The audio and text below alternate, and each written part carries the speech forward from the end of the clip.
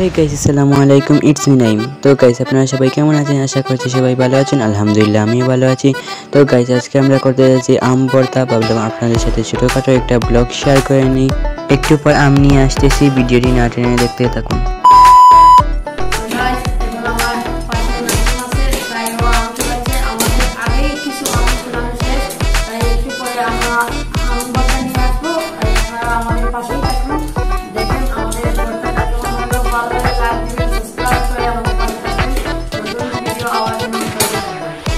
তো গাইস এই যে আমরা চারজন এসে পড়েছি এবং আমাদের আম ভর্তাটা হয়ে গিয়েছে।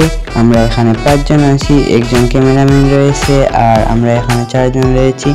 আসলে ওরা ক্যামেরাতে কথা বলতে অনেক বেশি লজ্জা পায়, তাই বলে না আমি বেশিরভাগ বলি। আমাদের দুজনকে একটু লম্বা লাগতেছে আর ওদেরকে খাটো লাগতেছে। আসলে আমাদের বয়স সেমই, আমরা 1 বছরের ছোট বড়, তাই হয়তো এমন দেখা যাচ্ছে। আচ্ছা যাই হোক, আমরা এক্ষুনি আম ভর্তা নিয়েছি। এখানে আমাদের আম ভর্তাটা এসে পড়েছে আর এখানে অনেক বেশি অল্প দেখা যাচ্ছে। আসলে আমরা ভাবিনি যে এত অল্প হবে।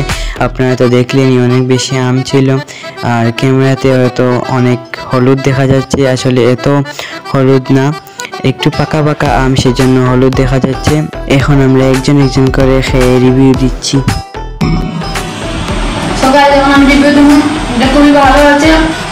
আমের ভর্তার সাথে ঝালও হয়েছে, টকও হয়েছে, সব কিছু একটা দারুণ স্বাদ দিয়েছে।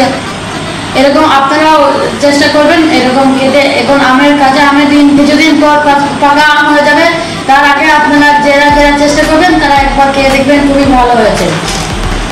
তো এখন আমি রিভিউ দেবো আমার সাথে।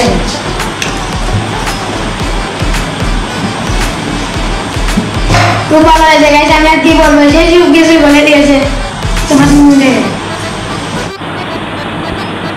তো গাইস এখন আমি রিভিউ দিব, দেখা যাক কেমন হয়েছে।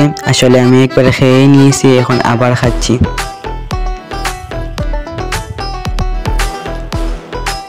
তো গাইস ওরা আসলে একটু চিনি দিয়ে দিয়েছে, সেজন্য একটু মিষ্টি মিষ্টি লাগতেছে, আবার ঝালও লাগতেছে। টক ঝাল মিষ্টি সব মিলিয়ে অনেক ভালো লাগতেছে, অনেক মজাও লাগতেছে। আসলে সবাই তো বলছেই কেমন হয়েছে, আমিও বলে দিলাম। সবাই অনেক কষ্ট করছে এটা বানাতে গিয়ে, আসলে কেউ ভালোভাবে পারে না। আমরা সবাই মিলে অনেক কষ্ট করে এটা বানিয়েছি। তো গাইস অনেক বেশি মজা হয়েছে। সো গাইস আজকের মতো এতটুকুই। আপনাদের সবাইকে অনেক অনেক ধন্যবাদ ব্লগে এতটুকু পর্যন্ত দেখার জন্য। আমরা ব্লগটা এখানেই শেষ করে দিচ্ছি। সবাই ভালো থাকবেন, সুস্থ থাকেন, আল্লাহ হাফিজ। Bye bye.